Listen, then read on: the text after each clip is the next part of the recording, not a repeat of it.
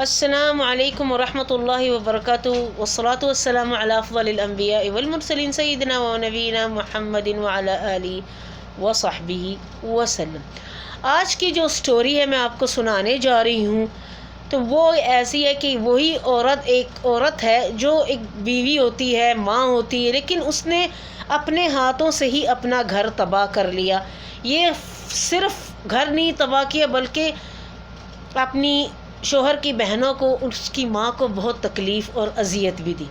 اب یہ کہانی ایسی شروع ہوتی ہے ویوز کہ ایک عورت ہے، لڑکی اور لڑکا شادی کرتے ہیں، گھر تو ہوتا ہے ان کا اور وہ رہتے ہیں، بزنس کرتا ہے وہ بھی۔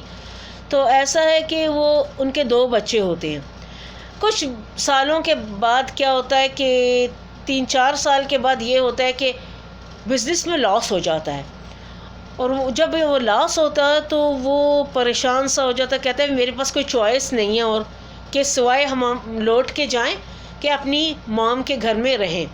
لیکن وہ کہتی میں کبھی بھی نہیں رہوں گی وہاں، میں نے تمہیں پہلے بھی کہہ دیا۔ تو اس نے کہا ٹھیک ہے، تم نے کہا ہے، ہم رہ رہے تھے نا، لیکن ابھی میری لاس کی وجہ سے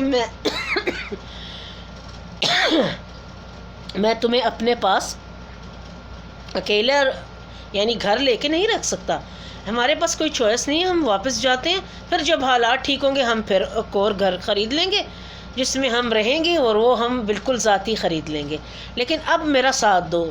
کرتے کراتے وہ واپس آ گئے۔ کچھ مہینے گزرے، 2-3 مہینوں کے بعد وہی گالی گلوچ، لڑائی وغیرہ، تم یہ ہو وہ ہو۔ تو ایک دن اس کی فرینڈ آئی، جو بہو تھی اس کی ایک فرینڈ آئی اس کے گھر میں، تو کہنے لگی میں جب بھی آتی ہوں تمہارا منہ لٹکا ہوتا ہے ایسے، کیا بات ہے؟ کہتی اس کی بہنوں نے اور اس کی اماں نے میرا جینا حرام کر دیا، اور میں چھٹکارا پانا چاہتی ہوں کسی طریقے سے کہ یہ سارے، اور شوہر میری سنتا نہیں ہے، میں چاہتی ہوں میرا غلام بن جائے۔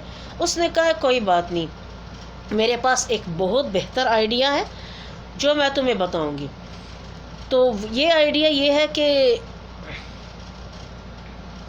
کہ میں تمہیں ایک ایسے آدمی کے پاس لے کے جاؤں گی جو مولانا ہے۔ وہ مولانا نہیں تھا، وہ بہت خبیث اور ملعون قسم کا آدمی تھا، وہ ایک جادوگر تھا۔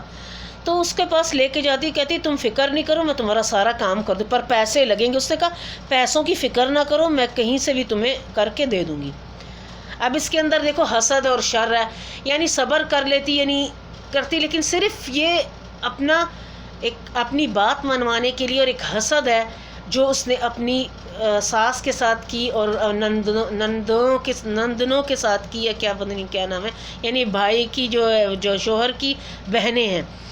تو یہ چیز جو ہے حسد انسان کو کس جگہ پہ لے جاتی ہے، اور کس طرح اپنے ہاتھوں سے وہ اپنی بربادی کرتا ہے۔ چلو یہ دیکھتے ہیں کہ مولانا کہہ رہی تھی، وہ ایک جادوگر تھا، اس کے پاس لے کے گئی۔ اس نے کہا تمہارا کام ہو جائے گا، پر تمہیں ایک کام کرنا پڑے گا، تمہیں کچھ بال اپنی جو ہے یہ جو شوہر کی بہنیں، ان کے بال، کنگھیاں، کپڑے، اور اپنی شوہر کی پسینہ ہو اس میں، اس کی قمیض پہنی ہوئی ہو، یعنی گندی سے پہنی ہو پہلے قمیض، وہ لا کے دو، یعنی اثر جو ہوتا ہے، جو چاہیے ہوتا ہے ساحر کو وہ اپنا سحر کرنے کے لیے۔ تو کہتے ہیں وہ لے آؤ، وہ چیزیں مجھے لا کے، سامان جمعرات والے دن دینا، میں تمہارا کام کر دوں گا۔ اس نے کہا ٹھیک ہے۔ اس نے ساری یہ چیزیں جمع کر کے اس کو دے دی۔ اس نے کہا ہاں 2-3 دن کے بعد آنا، میں تمہیں بتاؤں گا کہ تم لوگوں نے کیا کرنا ہے۔ اس نے کہا ٹھیک ہے۔ یہ دونوں چلی گئیں۔ 3 دن کے بعد یہ اس کے پاس واپس آئی۔ جب واپس آتی ہوں تو کیا ہوتا ہے کہ اس کو کہتا ہے کہ ایک بوٹل ہے، اس میں عجیب سے کالا سا پانی اس نے بنا کے دیا ہے۔ اس نے کہا 3 دن تک تم جب کھانا بناؤ گی ان کو کھانے میں ڈال کے دو گی، ہر چیز یہ تم سے مانگے گی، چائے ہو، کھانا ہو، کچھ بھی ہو، تم اس کو ڈال کے دو گی، یعنی ان کو یہ 3 دن میں تم نے سارا پانی ان کو دینا ہے، ضرور پلانا ہے۔ اور یہ تعویذات ایک تم نے اپنی شوہر کے رکھنے ہیں، اور وہ جو چیزیں ہیں وہ میرے پاس رہیں گی، تم نے اپنے شوہر کی اور یہ لے جا کر اس کو دفنا دینا کہیں بھی اکھاڑ کے کوئی بالات وغیرہ جو فرش کو کر کے تو اس میں ڈال کے اوپر سے کچھ ڈال دینا تو ٹھیک ہے. اس نے کہا اب یہ کسی کے گھر جاتی ہیں اس کی ننندیں اور اس کی ساس، تو یہ پیچھے سے اپنا کام کر کے سارا کچھ دفن کر کے اب 3 دن سے اتنی اچھی بنی آج میں کھانا بناؤں گی. دوسرے دن بھی اس نے کہا چلو اللہ ہدایت دینے والے، اس کو ہدایت آ گئی اچھی ہے، وہ بھی انٹرسٹ کرنے لگی اس پہ. تو نوکریانی کو بھی نہیں پتہ چلا، نوکریانی نے بھی وہی کھانا کھا لیا. یہ کھانا نہیں کھاتی تھی، یہ کھانا اپنا بنا کے تو اپنا خود اکیلے میں کھاتی تھی، وہ اس کھانے میں سے نہیں کھا. 3 دن تک یہ ایسی ہی رہی ہے، سب کو کھلا دیا اس نے. آہستہ آہستہ کیا ہونے لگا کہ 3 دن گزر گئے، 1 ہفتہ. اس نے کہا جادوگر کو کہا کہ ابھی تک تو کچھ بھی نہیں ہوا، تم نے پیسے لے لیے ابھی تک کچھ نہیں کیا. اس نے کہا صبر کرو، اتنی جلدی کام نہیں ہوتا، جادو جب جسم میں جاتا وقت لیتا ہے. تو عذاب دینے کے لیے ابھی میں چلہ کاٹ رہا ہوں تو وہ چیزیں ابھی میرے چلے کے ساتھ ہی چلیں گی، وہ کٹے گا، سب کچھ ہوگا تو وہ میں تمہیں بتا دوں گا. ہاں 2-3 دن کے بعد شروع ہوگی وہی چیزیں گھر میں، دروازے بجنے شروع ہو گئے، کھڑکیاں الماری کے دروازے کھل جائیں، اندر سے کوئی لگ رہا مار رہا ہے، یا جو کمرے کی چھت پہ کوئی زور زور سے ہتھوڑے کی طرح مار رہا ہے. اب وہ حیران کن پریشانی آوازیں کہاں سے آ رہی ہیں.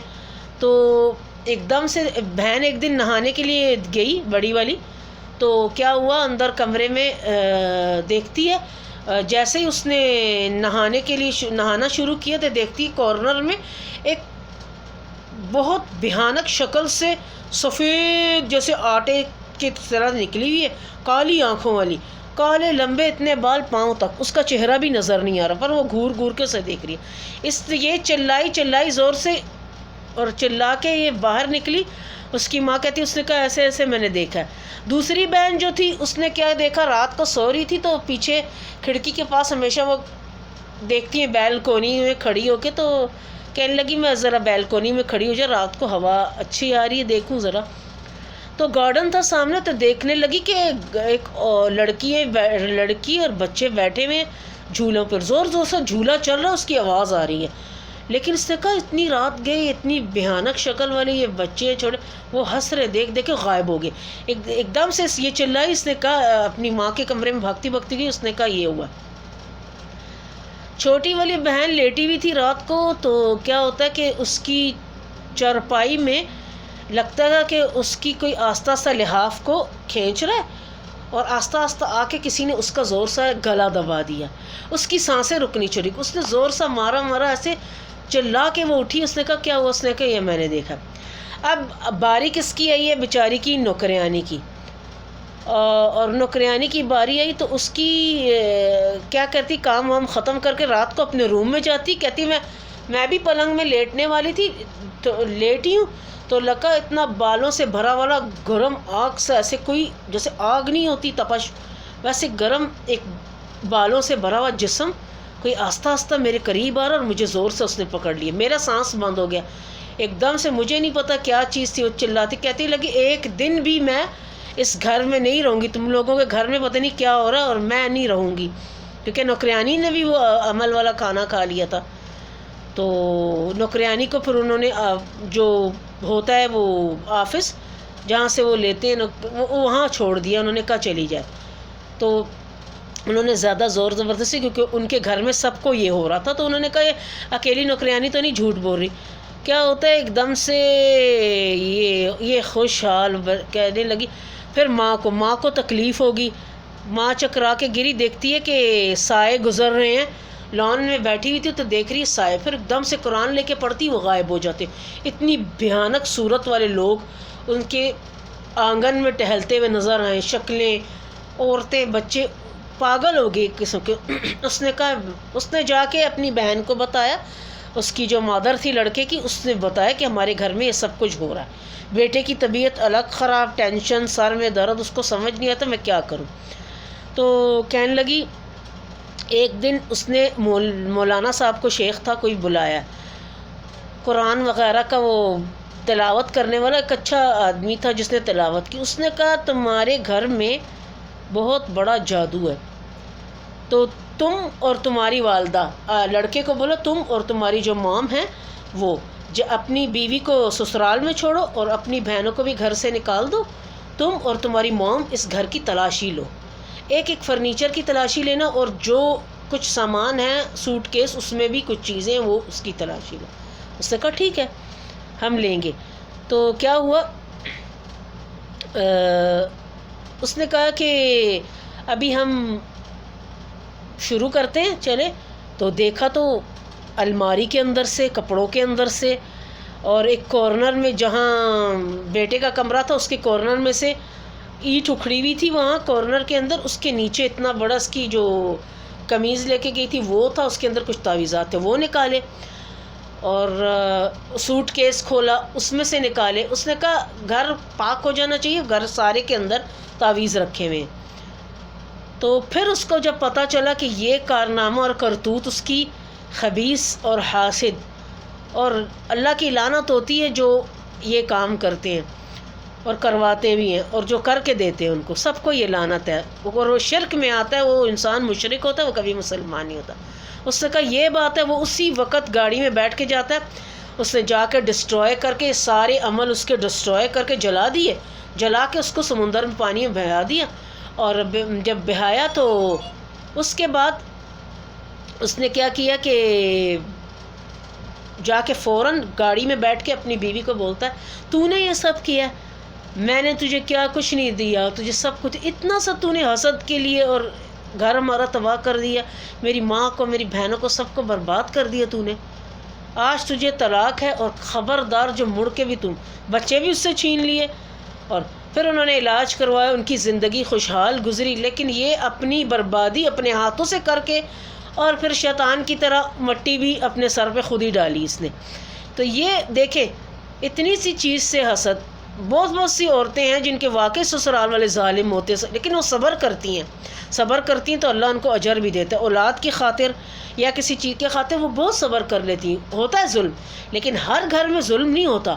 ایک تو ہوتی ہے انا جو کہ عورتوں میں ہوتی، نہیں تمہاری بہن، نہیں تمہاری ماں، میں نہیں رہنا چاہتی، مجھے اکیلا چاہیے گھر. اور یہ چلو کچھ انسان کے اوپر مصیبت آ جاتی تم صبر کر لو، پھر حالات صحیح ہوں گے. تو اس نے کہا تھا کہ میں تمہیں گھر لے دوں، لیکن اب وہ نہ گھر کی رہی، نہ اپنے شوہر کی، نہ اولاد کی، نہ سسرال کی، کسی چیز کی بھی. حتیٰ کہ اپنے گھر میں بھی اسے قبول نہیں کیا گیا اور اسے ایسے ہی زندگی اس کی کٹ رہی ابھی تک.